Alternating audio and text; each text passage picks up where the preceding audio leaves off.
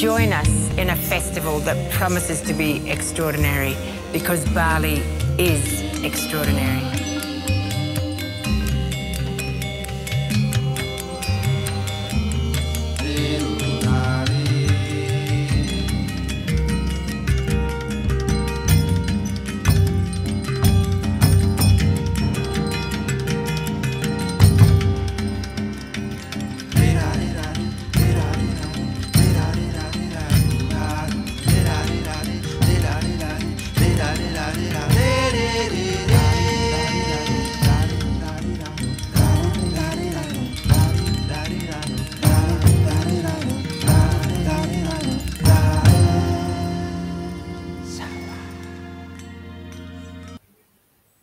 Halo, selamat sore semua dan selamat datang di Ubud Writers and Readers Festival 2021. Tahun ini festival hadir kembali dengan tema Mulat Sarira, refleksi diri yang diambil dari filosofi Hindu Bali. Jadi dari tanggal 8 sampai 17 Oktober, kami mengeksplorasi refleksi diri, introspeksi budaya, dan hak asasi manusia. Menilik siapa diri kita, apa yang menyatukan kita dan memisahkan kita, dan apa yang mendorong setiap tindakan kita. Nama saya Astari, saya akan menjadi moderator untuk acara penulisan buku Kita Pergi Hari Ini, atau tempat-tempat indah dalam mimpi-mimpi anak-anak baik-baik. Di sini kami juga menyambut penulis buku, ada Mbak Ziggy. Saya ingin perkenalkan sedikit mengenai Mbak Ziggy. Ziggy memenangkan kompetisi menulis novel Dewan Kesenian Jakarta pada tahun 2014 dan 2016. Karyanya masuk dalam daftar panjang Kusala Sastra Katulistiwa tahun 2015, penghargaan Editor's Choice tahun 2017 oleh Rolling Stone Indonesia, dan penghargaan Indonesia Language Agency Literature tahun 2018. Ia menjadi anggota Jakarta International Literary Festival 2019 sampai 2020 dan Ruang Perempuan dan Tulisan sejak tahun 2018. Halo Mbak Ziggy. Halo, ada bintang tamu. Ada bintang tamunya juga di sini. Yang juga menjadi inspirasi untuk buku ini ya Mbak Ziggy ya. Yeah.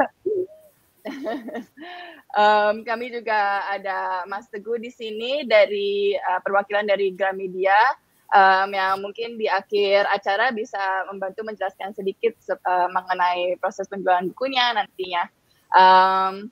Siap, makasih atas dukungannya. Oke, mungkin sebelum kita mulai, saya ingin bacakan sedikit mengenai buku Kita Pergi Hari Ini. Sinopsis belakangnya, buku ini menceritakan mengenai Mi dan Ma dan Mo. Mi, Ma, dan Mo tidak pernah melihat kucing seperti Nona Gigi. Tentu saja mereka sudah pernah melihat kucing biasa. Tapi Nona Gigi adalah kucing luar biasa. Kucing luar biasa berarti kucing yang di luar kebiasaan. Nona Gigi adalah cara lain yang dinantikan oleh Bapak dan Ibu Mo untuk menjaga Mi, Ma, dan Mo ketika keduanya keluar rumah mencari uang. Sebab di Kota Suara, semua uang yang tersedia di dasar laut sudah diambil oleh para perompak, uang di bawah tanah diambil oleh para perampok, dan uang di ranting pohon diambil oleh pengusaha kayu yang jahat. Nona Gigi mengajak Mi dan Mo, dan Ma dan Mo, dan Vivi dan Fufu, anak kembar tetangga baru, bertualang mengunjungi tempat-tempat indah. Mereka naik kereta air, bertemu Kolonel Jagung, bermain di sirkus sendu, dan menyaksikan kemegahan kota terapung kucing luar biasa. Itulah sinopsis dari buku ini, sedikit sneak peek mengenai buku yang sudah sold out bahkan yang aku dengar-dengar. Yang sangat dinantikan ini oleh banyak orang. Mungkin Mbak Ziggy bisa perkenalkan diri dulu dan juga menceritakan sedikit mengenai buku ini lebih lanjut. Saya persilakan Mbak Ziggy. Halo, sepertinya untuk perkenalan tadi sudah cukup ya. Buku ini aku mulai kalau nggak salah di tahun 2017. Itu adalah keponakanku yang baru saja lahir di tahun 2016. Kemudian di tahun 2017 keponakanku yang perempuan juga lahir. Jadi ketika itu aku pikir aku ingin membuat sesuatu untuk mereka berdua. Jadi mereka adalah model untuk tokoh Mi, yaitu yang anak laki-laki, dan Ma yang anak perempuan. Dan kebetulan lucu banget soalnya ponakanku yang perempuan juga tumbuhnya ternyata seperti Ma, rambutnya sangat keriting dan sangat suka merajuk. Jadi itu life imitates art itu terjadi. Aku suka banget coincidence itu ada beneran. Dan kemudian aku mengilustrasikan tokoh-tokohnya juga seperti mereka berdua. Jadi Mi itu seperti keponakanku yang laki-laki dan yang berambut lurus dan punya senyum yang manis tapi sebetulnya sangat nakal. Kemudian Ma juga aku ilustrasikan dengan rambut yang sangat keriting. Sebetulnya itu inspirasinya seperti mengambil dari mamaku, karena mamaku rambutnya memang sangat keriting, keterlaluan, tidak bisa disisir. Dan itu ternyata menurun ke cucunya. Jadi itu aku jadikan inspirasi untuk penampilan Ma, yang kemudian ternyata keponakanku memang tubuhnya seperti itu. Manifestasi. Jadi, itu sih, jadi itu sih ceritanya memang sebetulnya aku buat untuk mengambil inspirasi dari mereka, karena aku pikir ini kesempatan yang bagus untuk betul-betul mengobservasi anak-anak. Kebetulan mereka ada bahan objek observasinya, jadi ya kita manfaatkan anak-anak. Ilustrasi covernya itu juga dibuat oleh Mbak Ziki ya, dan itu melihat dari model secara langsung ya. Iya, sebetulnya aku bawa ini, aku kemarin ada 2 yang aku sebetulnya jadinya hasilnya seperti ini. Akhirnya yang diambil yang ini. Iya. Ada gitu. Boleh menceritakan sedikit nggak ide di balik membuat ilustrasi itu dan mengapa itu yang menjadi cover akhirnya? Kenapa ya? Karena suka aja. Tidak ada alasan yang mendalam. Kemarin sempat diusulkan sebetulnya usul membuat cover ilustrasi cover itu juga dari Mas Teguh ya. Sebetulnya aku. Cuma emang tadinya diusulkan kalau salah satu ilustrasi di dalam buku akan dijadikan cover. Tapi sebelumnya di Tanah Nalada juga pernah dimintakan cover kan oleh editornya Mbak Mirna. Dan covernya itu mayoritas putih latarnya. Dan hasil sampel cover untuk buku ini kalau ilustrasi diambil dari dalam juga seperti itu. Aku pikir aku ingin ada variasi untuk cover bukuku. Jadi aku sudah lama kepingin buku yang cover buku yang isinya ilustrasi penuh. Jadi ini kebetulan ada kesempatan ya, aku jadikan saja. Iya, itu menarik sekali sih, karena juga bukan hanya konten tulisannya tapi juga ilustrasinya semua karya Mbak Ziggy. Lalu pertanyaan pertama, mengapa Ziggy menulis cerita dengan gaya tutur mirip buku anak dan dongeng? Seperti kucing yang berbicara dan dunia pikiran anak-anak yang menggemaskan. Tidak menggemaskan mereka sebenarnya. Kenapa ya? Aku memang mungkin cara bertuturnya sebetulnya mirip seperti itu sih. Kupikir dengan menggunakan karakter-karakter ini aku bisa dengan lebih mudah mengekspresikan humor sebetulnya. Karena aku tidak ingin menulis tulisan yang terlalu serius.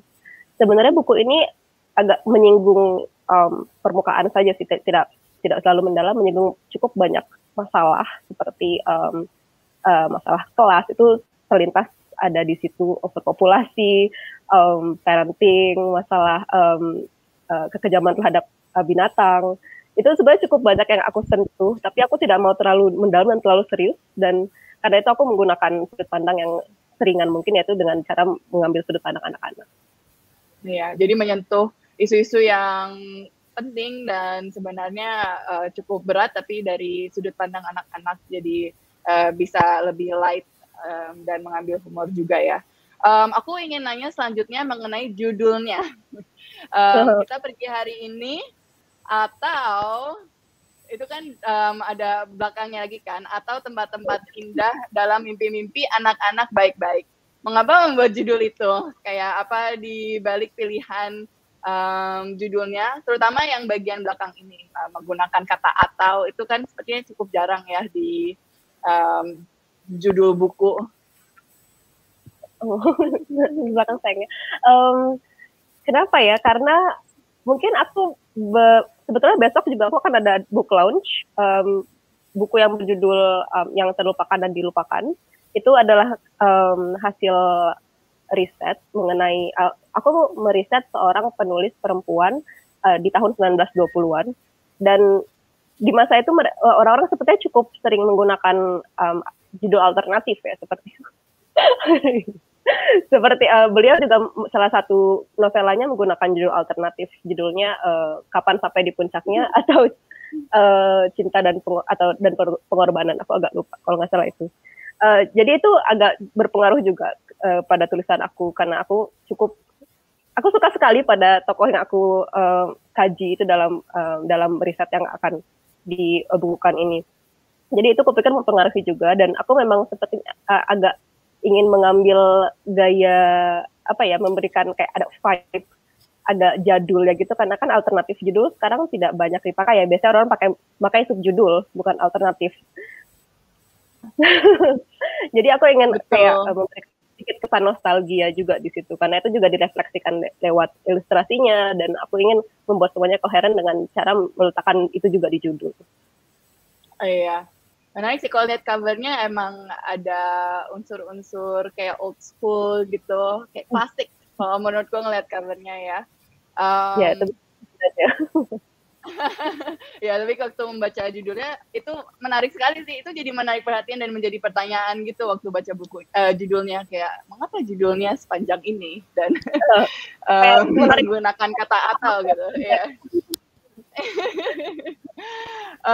Lalu pertanyaan selanjutnya, mengapa kucing? Apa ada maksud khusus? Mungkin karena Mbak Ziggy suka kucing, atau ada maksud khusus dari menggunakan karakter kucing ini? Plot twist, aku tidak suka kucing, jadi karakter kucing di sini agak mengekspresikan ketidaksukaanku sebetulnya. Tapi di tahun 2017 kan aku baru mengeluarkan beberapa buku ya, jadi di masa-masa itu aku sedang cukup mendapat perhatian karena buku-bukuku yang sebetulnya di dalamnya ada menyinggung binatang, yaitu Sebuah Ikan di Langit dan Jakarta Sebelum Pagi, itu menyebutkan ikan, ya satunya menyebutkan babi, dan sebetulnya di Tanah Lada juga cukup banyak membahas ayam.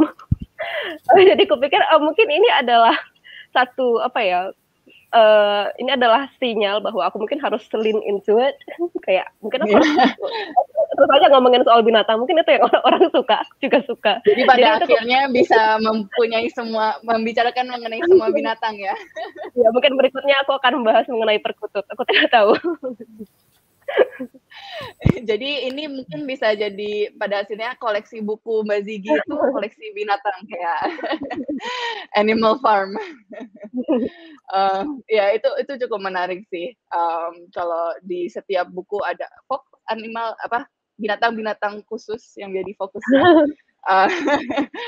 Bisa jadi koleksi di nanti waktu udah jadi seri binatang. Oke, untuk pertanyaan selanjutnya. Selain tata kalimat yang unik, lucu, dan terkesan sedikit berbeda dari tata kalimat yang biasa dibaca di novel-novel, Ziggy juga memainkan catatan kaki sebagai medium cerita sendiri.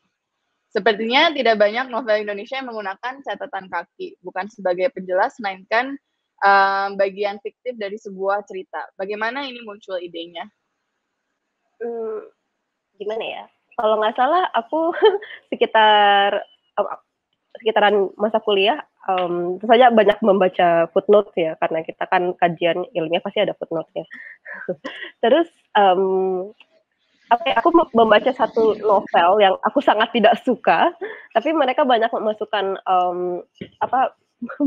referensi buku palsu di situ, dan itu kupikir adalah sesuatu yang cukup menarik. Aku lupa bukunya apa, tapi aduh sayang. Tapi aku sangat bosan baca buku itu. Tapi itu jadi satu hal yang membuat aku terus membaca buku itu. Kemudian juga ketika di Tanah Lada menang sayembara novel DKJ, itu disebutkan bahwa penggunaan footnote itu adalah satu hal yang tidak disukai oleh juri. Jadi itu sangat menempel di kepalaku. Aku nggak pakai footnote, tapi ternyata ada banyak naskah yang menggunakan footnote. Tapi aku pikir mereka menyebutkan bahwa itu menjadi satu poin yang membuat bukunya terlalu ensiklopedis atau sejenisnya. Kemudian aku pikir bagaimana caranya mengubah sesuatu yang mereka benci menjadi sesuatu yang menyenangkan. Jadi itu aku masukkan ke dalam buku ini. Maaf ada intervensi dari bayi di belakang. Nggak apa-apa, karena dia relate ke bukunya. Jadi kayak kamu ngomongin aku ya. Oke, jadi itu menarik sih, mengambil apa yang tidak disukai oleh juri-juri untuk menjadi bagian dari cerita. Lalu selanjutnya ada beberapa hal yang bisa ditangkap sebagai protes Ziggy terhadap stigma ke anak-anak. Misalnya penggambaran Vivi dan Fufu yang berlawanan dari kebanyakan stereotip atau harapan atau quote-unquote harapan orang tua kepada anak-anak mereka. Misalnya contohnya waktu membicarakan mengenai Vivi dan Fufu, Vivi adalah anak laki-laki yang benar-benar manis dan Fufu adalah anak perempuan yang benar-benar keren. Itu kan bisa dibilang kayak sedikit opposite dari stereotype ya mengenai deskripsi laki-laki dan perempuan gitu. Bagaimana Mbak Ziggy memberi ruang lebih kepada stigma di tengah masyarakat mengenai cerita ini melalui cerita ini, sorry. Aku tidak bermaksud untuk memberikan pencerahan atau apa ya melalui buku ini karena itu kurasa itu tugas orang lain. Aku tidak punya kemampuan dan tidak punya pengetahuan untuk itu. Cuma itu adalah satu hal yang cukup membuatku merasa terganggu karena ini juga terjadi pada keponakan-keponakanku.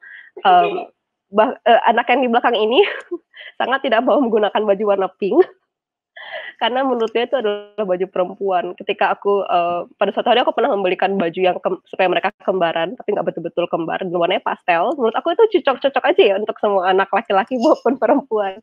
Tapi dia menolak karena menurut dia itu adalah baju perempuan. Jadi itu menurut aku itu hal yang membuat aku merasa sangat terganggu dan itu memang di balik itu ada hal besar yang bisa kita bicarakan lebih panjang lagi dan lebih mendalam lagi. Tapi saat ini aku cuma pengen menyentuh itu, makanya aku bilang aku mau menyentuh secara dangkal aja.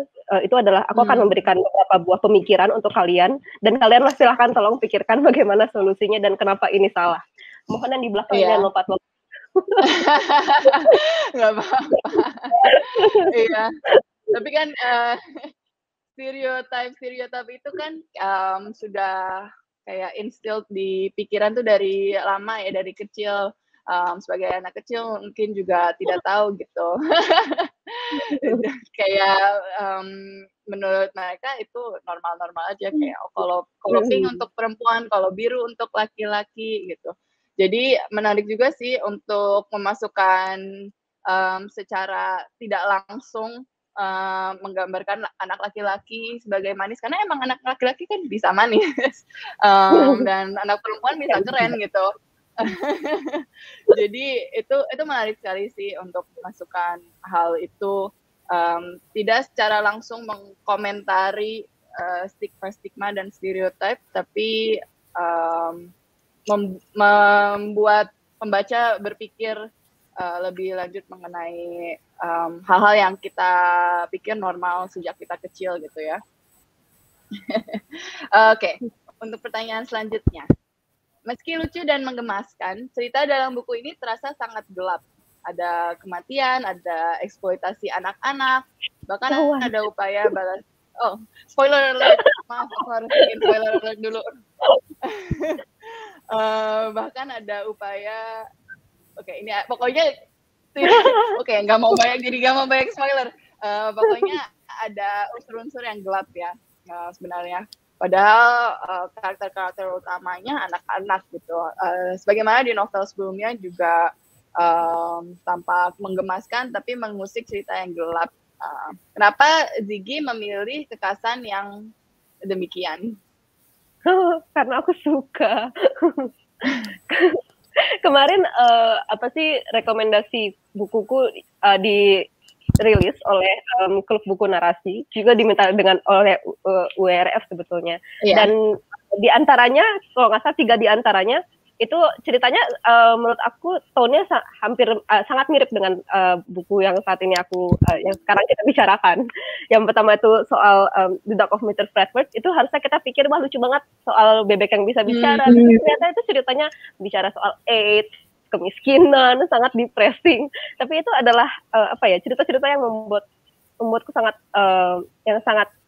sangat menarik menurutku, terus membuat kita terus teringat dan membuat kita terus, karena kita terjebak, pertamanya kita terjebak, kita ekspektasi lain dan kemudian ekspektasinya dihianati, itu sangat menempel jadinya. Dan justru dengan metode itu hal-hal penting justru jadi bisa kita ingat dan bisa kita pikirkan lebih dalam lagi, karena kita mau tidak mau akan menghantui gitu. Pikir begitu sih. Iya. Kalau bisa dibilang siapa target audiens, secara gambaran besar target audiens dari buku-bukunya Mbak Ziggy? Atau mungkin buku ini secara khusus? Karena kalau lihat dari buku depannya kan kayak, kayaknya ini buku anak-anak gitu, melihat anak, gambarnya lucu gitu kan. Kalau misalnya bisa dibilang saat menulis ini, dalam gambaran Mbak Ziggy itu siapa sih yang membaca buku ini? Aku nggak memikirkan itu sih, cuma aku sangat senang ternyata Gramedia meletakkan plus 13 di belakangnya. Jadi ini sudah eksplisit, ini bukan buku untuk anak-anak. Aku pokoknya yang aku nggak peduli siapa yang baca, tapi jangan sampai anak-anak baca. Anak-anak ya. Tapi aku buka aku dikirimi sampel cover dari depan dan ke belakang itu, syukurlah ada peringatan usia ya, karena gimana? Iya, atau mungkin orang bisa salah pikir ya, kayak ini gambarnya lucu banget. Jangan anak-anak.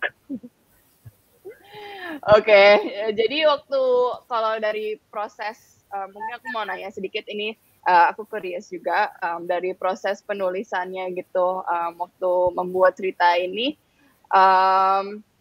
apa harapannya dari hasil atau publikasinya buku ini? Kayak harapan Mbak Ziggy, mungkin respons-responsnya atau mungkin kayak apa yang pesan yang ingin disampaikan dari buku ini? Kalau pesan sih aku selalu berharap orang-orang dapat sendiri ya. Jadi supaya jangan sampai kita mendiktekan apa pesan dari buku kita. Ya, kupikir itu juga harapanku, supaya orang-orang membaca buku ini dan emang menjadi ada beberapa hal yang mereka pikirkan dan pikirkan secara serius. Karena menurutku isu-isu yang sebetulnya disinggung secara selintas lewat buku ini itu adalah isu-isu yang sangat penting sih. Kupikir itu aja. Aku hanya ingin orang-orang ada bahan untuk merasa untuk berpikir lebih serius mengenai hal-hal yang ada di dalam buku ini. Oke. Pertanyaan selanjutnya, kalau menurut Ziggy, sastra yang mengambil sudut pandang anak-anak, apakah hanya menceritakan sisi-sisi ceria dunia anak, atau sudah mulai eksplorasi ke hal-hal gelap dan mencekam, bagaimana novel-novel Ziggy? Mungkin sastra Indonesia. Sastra Indonesia, aku nggak tahu sih, karena memang jenis tulisan orang kan sangat beragam ya, dan yang sekarang ada di situ pun sangat beragam, dan aku merasa aku nggak mungkin bisa memberikan satu pendapat yang merepresentasikan mereka semua. Bagaimana kalau aku bilang tidak, tapi ternyata ada orang yang tidak aku ketahui dan sudah menulisnya, nanti mereka merasa tidak diakui. Tapi kupikir pasti ada orang yang memikirkan hal ini, karena aku juga memikirkan hal ini. Aku sering melihat sastra luar itu, sastra anaknya sebetulnya bahasannya sangat tidak ringan, dan aku pikir aku juga ingin ada bahasan itu di sini. Misalnya aku lupa siapa yang menulis, aku agak lupa judulnya, tapi ada buku berjudul Boy Who Wears a Dress. Itu adalah isu yang itu menurut aku kurasa kita perlu ada hal-hal seperti itu. Dan misalnya Chronicles of Narnia itu juga kan sebetulnya cerita itu sangat depressing. Dan Watership mengenai war juga kan, itu juga sangat depressing. Aku pikir pasti ada, dan mungkin banyak yang belum ku ketahui. Tapi ada atau tidak, aku pikir aku cuma berharap akan ada lebih banyak lagi bahasan-bahasan yang lebih penting dalam buku-buku anak. Bawa apa saya? Mbak Ziggy, ini sedikit announcement untuk para penonton. Mbak Ziggy juga akan hadir di main program kami ya, main program Ubud Writers and Readers Festival hari Minggu tanggal 17 Oktober untuk sesi The Mind of the Children jam 3 sampai jam 4. Itu nanti ada pembicara yang di live di Indus di Ubud dan ada juga yang online. Jadi sesinya live kalau para penonton ingin memberikan pertanyaan secara langsung, dan itu sedikit announcement dari Ubud Writers. Karena nanti akan interesting juga karena kita tadi baru aja ngomongin soal cerita anak akhir-akhir ini atau di sastra itu berkembang untuk juga, dan sebenarnya dari dulu juga, tapi mungkin sekarang lebih baik didiskusi bagaimana membawa topik-topik yang lebih serius tapi dengan cara yang light. Nah, itu sesi tersebut akan membahas lebih lanjut mengenai itu. Oke, kembali lagi ke Mbak Ziggy. Itu sedikit announcement. Kalau ada yang tertarik untuk menonton sesi itu juga. Dan juga kalau misalnya ada yang memiliki pertanyaan, bisa langsung tanya di komen, nanti aku bisa tanya langsung. Aku tertarik sedikit, mungkin kembali lagi ke Mbak Ziggy dari awal menulisnya itu. Aku tertarik untuk mengetahui apa yang mendorong Mbak Ziggy untuk mulai menulis novel dan mengambil genre ini, kayak apa yang memicunya atau memulai Mbak Ziggy untuk menulis, menginspirasi. Ya. Apa ya, sebetulnya aku nggak gitu tahu sih bagaimana mulainya. Tentu saja karena kita kan pasti terinspirasi dari banyak sekali hal yang terjadi dalam kehidupan kita. Jadi sangat sulit menitikan sebetulnya mulainya dari mana. Tapi kalau dari daya penulisan dan akhirnya kenapa genre ini putuskan bahwa ini mungkin aman bisa untuk kita publikasikan sekarang, itu sebetulnya mulai dari di Tanah Lada sebetulnya. Aku mulai menulis.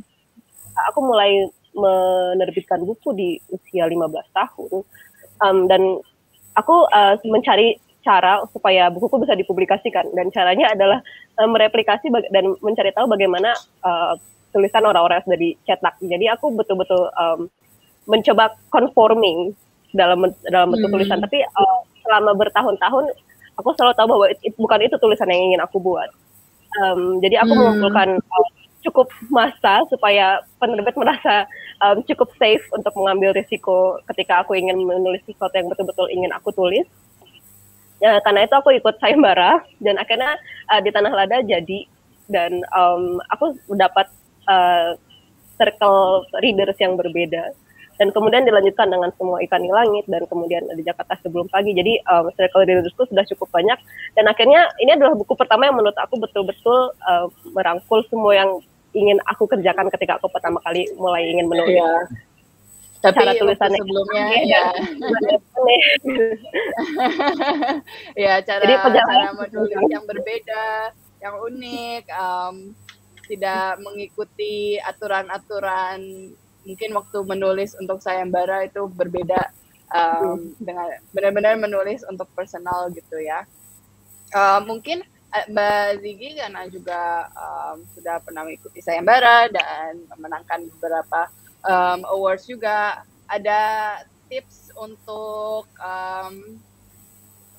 orang-orang yang terinspirasi untuk menjadi penulis yang atau ingin juga mengikuti sayembara-sayembara tertentu, mungkin ada tips atau advice untuk bisa dibilang emerging writers kami di Indonesia, penulis emerging. Aku pikir semua orang kalau ditanya tips untuk jadi penulis pasti jawabannya ya menulis lah, karena itu bagaimanapun memang itu yang biasanya jadi kendala ya. Biasanya orang ada saja alasan untuk tidak menulis. Tapi mungkin memang ada beberapa hal yang nggak bisa dengan mudah diselesaikan dengan menulis aja. Tapi kupikir ya emang apa ya, lebih banyaklah belajar, lebih banyaklah menyerapkan. Aku pikir orang-orang yang ingin menulis itu punya ada sedikit tendensi untuk menjadi arogan ya. Orang-orang yang sangat ingin tampak pintar. Dan poin yang paling penting yang bisa aku bagikan mungkin adalah jangan takut untuk merasa bodoh. Karena kalau kita memiliki kekurangan dalam hal pengetahuan, kita akan lebih mudah menyerap pengetahuan. Kita akan lebih mudah mendengarkan dan memahami, dan karena kita tidak menolak bahwa kita memiliki hal yang perlu diperbaiki. Saya pikir itu sih yang paling penting, attitude yang paling penting ketika ingin menjadi penulis yang lebih baik. Iya, dan itu juga relate ke inspirasi untuk menulis buku ini ya, yang benar-benar yang tadi Mbak Ziggy bilang, ini buku yang dari dulu sebenarnya ingin ditulis, tapi karena ingin mengikuti, karena ingin dipublish, mengikuti apa yang dikira orang-orang ingin baca, yang kayak ingin sound smart gitu atau terkesan intelektual, tapi sebenarnya art in writing form itu bisa terlihat di berbagai cara menulis ya. Dan itu juga menarik dari kalimat-kalimat, penggunaan kalimat-kalimat atau tata cara kalimat di buku ini. Aku ada pertanyaan satu lagi. Dalam novel ini, Ziggy menggunakan kalimat yang chaos. Yang mungkin bisa dibilang sedikit ada panjang, ada pendek, quote and quote chaos, bukannya chaos aja. Dan beberapa bagian dalam novel ini juga menggunakan pola-pola yang mungkin tidak banyak dilihat dari novel-novel lain gitu. Ini apakah strategi literatur yang baru? Mungkin bisa diceritakan untuk pemilihan pemakaian cara menulis seperti ini. Aku tidak merasakan adanya novelty ya dalam cara penulisanku. Atau mungkin aku nggak tahu apakah itu memang ada perbedaan atau nggak. Mungkin nggak sebanyak itu. Aku nggak tahu sih apakah nggak sebanyak itu. Mungkin ada sedikit perbedaan, tapi aku nggak tahu kan aku yang nulis ya. Yang baca nggak akan tahu bahwa ada perbedaan. Dan aku mungkin justru aku perlu tahu di mana bedanya tulisanku dari tulisan-tulisan orang lain, karena aku honestly nggak tahu. Tapi apa ya, menurut aku nggak memikirkan teknik yang harus dipakai dan bagaimana nanti akan kedengaran. Aku cuma mencari cara untuk bagaimana caranya menyampaikan cerita dengan gaya bicaraku yang memang sebetulnya in real life juga chaotic. Bagaimana caranya membuat orang-orang mengerti jalan pikiranku dengan gaya bahasa yang seperti itu. Jadi kupikir itu sih struggle-nya. Jadi mungkin agak jadi bercampur, campuran dari gaya bahasaku yang tidak terstruktur dan juga bagaimana caranya aku upayaku untuk membuat dia cukup dapat dipahami. Jadi mungkin itu membuat sedikit apa ya, signature style. Sebetulnya itu adalah yang kalian baca itu adalah kesulitan dan struggle. Jadi itu bukan teknik penulisan, itu adalah penderitaan. Tapi jadi style yang unik, yang berbeda dari buku-buku lain. Kalau aku tadi waktu baca sedikit sinopsisnya, itu sedikit terasa seperti membaca poetry, membaca puisi. Ada unsur-unsur yang memberikan sebuah nada yang menarik, yang berbeda dari novel-novel lainnya. Mungkin untuk para penonton yang memiliki pertanyaan bisa langsung berikan pertanyaannya di sesi komentar. Kita live di Instagram dan Facebook. Nanti komentarnya akan diambil dan ditanyakan ke Mbak Ziggy. Tapi mungkin sebelumnya kami juga ada Mas Teguh nih di sini. Bisa memberikan sedikit bukan introduction sih karena kita udah berbincang-bincang, tapi mungkin bisa menjelaskan sedikit mengenai proses pembelian buku ini, karena ini adalah kolaborasi Ubud Writers dengan Gramedia juga, jadi bisa diceritakan sedikit dari sisi Gramedia. Terima kasih Kak Astari dan selamat ke Ziggy. Bukunya akhirnya muncul dan ternyata tadi baru dapat kabar dari tim Prolis bahwa 1.500-nya akan sebentar lagi sold out gitu ya. Kemarin kita rencananya ternyata antusiasnya sangat kenceng nih. Jadi kita harus tepuk tangan nih untuk Ziggy dan Ima dan Bo. Jadi kemungkinan akan cetak ulang bahkan sebelum bukunya terbit di toko. Jadi teman-teman yang hari ini ikut PO beruntung karena nanti akan mendapatkan lebih cetakan pertama dan nanti baru bulan November nanti akan muncul cetakan kedua. Begitu. Terima kasih Ziggy dan selamat sekali lagi. Dan benar kalau saya mau menggarisbawahi Ziggy tadi itu bahwa mau menyentuh dengan dangkal. Tidak, sebenarnya novel ini itu sangat dalam menyentuh kepada pembaca sebenarnya Ziggy. Ini saya harus encourage Ziggy ini untuk ada beberapa poin misalkan kayak benar yang Kak Astari tadi sampaikan bahwa Ziggy itu mencoba untuk memberikan penafsiran terhadap stigma kita masyarakat pada umumnya kepada anak-anak gitu. Jadi bahwa anak-anak itu harus manis, laki-laki anak perempuan harus manis, anak laki-laki itu harus keren gitu ya. Bahkan kalau misalkan nanti teman-teman baca gitu ya, ada penyebutan yang biasanya kalau orang kita kan biasanya orang tua itu disebut dengan anak yang pertama, misalkan karena anak pertamanya Budi, maka bapak ibunya disebut Pak Budi, Bu Budi gitu ya. Biasanya stigmanya seperti itu, tapi di Ziggy diubah gitu. Jadi ada beberapa yang memang mungkin Ziggy merasa itu dangkal, tapi sebenarnya itu sangat progresif untuk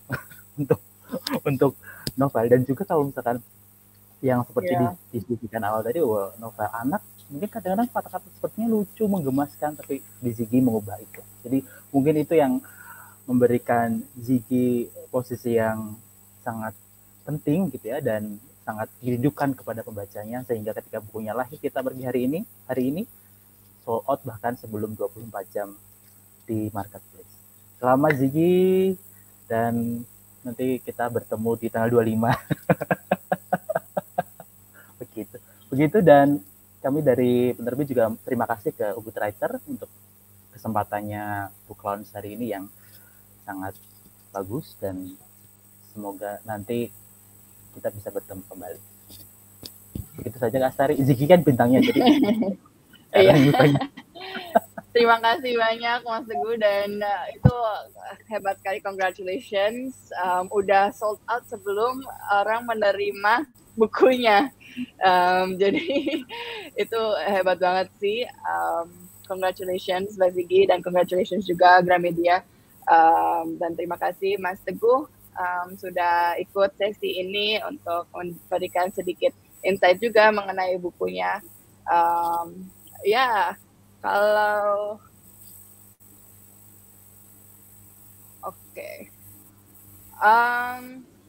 mungkin untuk sebagai penutup, Mbak Ziggy bisa memberikan sedikit kata penutup, dan mungkin bisa juga memberikan respons kepada apa yang telah dibicarakan oleh Mas Teguh tadi. Maaf, di sini sedang ada pembangunan, jadi mungkin akan agak ada suaranya. Sudah memulai lagi. Kedengar nggak? Aku sih nggak dengar ya. Baiklah, kita aman. Aman. Mungkin harus berterima kasih kepada segenap rakyat Pingu. Terima kasih telah menyejahterakan Pingu. Aku juga tidak begitu, mungkin karena teman-teman berpikir aku udah cukup lama nggak menerbitkan novel, karena di beberapa tahun terakhir ini aku menerbitkan hal-hal kecil-kecil seperti cerita pendek atau esai. Dan ya ini memang sepertinya novel pertamaku yang terbit sejak 2017. Di antaranya aku menerbitkan cerita anak dan hal-hal yang mungkin ada di luar radar teman-teman yang membaca karya sastra. Jadi aku sangat berterima kasih, ternyata comeback-nya lumayan ya disambut. Terima kasih sekali.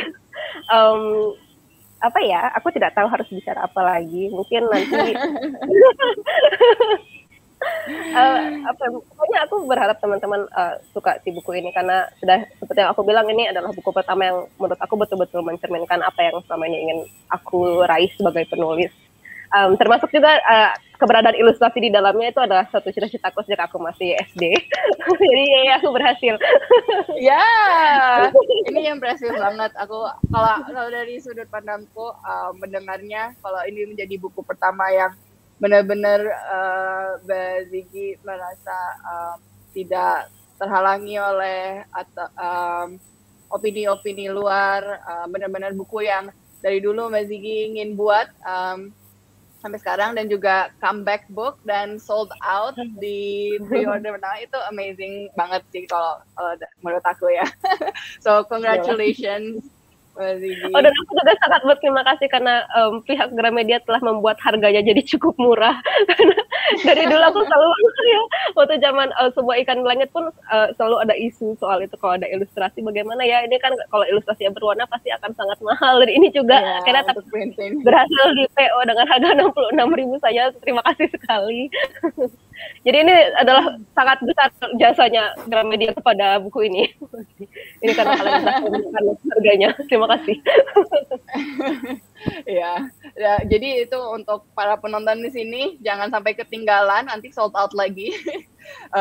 Order sekarang langsung aja ke Gramedia ya, Mas Teguh ya. Ordernya bisa melalui online di gramedia.com mungkin sekarang ya, Mas. Gramedia.com. 66.000. Betul. Yes. Bisa itu seharga langsung kopi kita ya, Mbak Astari. Kalau kita makanya kopi kan ya gitulah ya. itu dan ini ada ilustrasi karya Mbak Ziggy sendiri. Wow, itu benar. Itu pokoknya jangan sampai kehabisan, karena itu bisa dengan sangat cepat sold out. Kalau gitu, kalau dari saya itu saja. Terima kasih kepada Mbak Ziggy dan Mas Teguh sudah bersedia untuk menyampaikan sedikit sneak peek dari buku ini dan juga inspirasi di baliknya, dan juga cara membelinya. Semoga para penonton di Facebook, Instagram bisa terinspirasi juga oleh Mbak Ziggy dan mendapat banyak pencerahan dari sesi ini. Jadi kalau saya dari Ubud Writers and Readers Festival ingin mengucapkan terima kasih atas dukungan melalui patron program Yayasan Mudra Swari Saraswati dan kepada para partner festival yang membuat Ubud Writers and Readers Festival dapat terlaksana. Kami juga ingin mengajak para penonton untuk mengikuti @Ubud Writers Festival di Instagram, Twitter, dan Facebook, atau kunjungi ubudwritersfestival.com untuk informasi lebih lanjut tentang program kami. Kalau misalnya tadi mungkin agak sedikit kelewatan atau ingin berbincang lebih lanjut dengan Mbak Ziggy, hari Minggu Mbak Ziggy akan hadir lagi di Ubud Writers and Readers Festival di sesi main program kami, dan sesi itu live, jadi bila ingin memberikan pertanyaan secara langsung ke Mbak Ziggy dan juga pembicara-pembicara lain, itu bisa dilakukan hari Minggu jam 3 WITA. 3 WITA? Yes, 3 WITA. Oke, itu saja dari saya. Terima kasih sekali lagi kepada Mbak Ziggy dan Mas Teguh dan semua penonton di live kami. Itu dulu. Selamat sore. Bye. Terima kasih. Sehat-sehat selalu. Terima kasih. Semuanya mendapat daun dari Pink.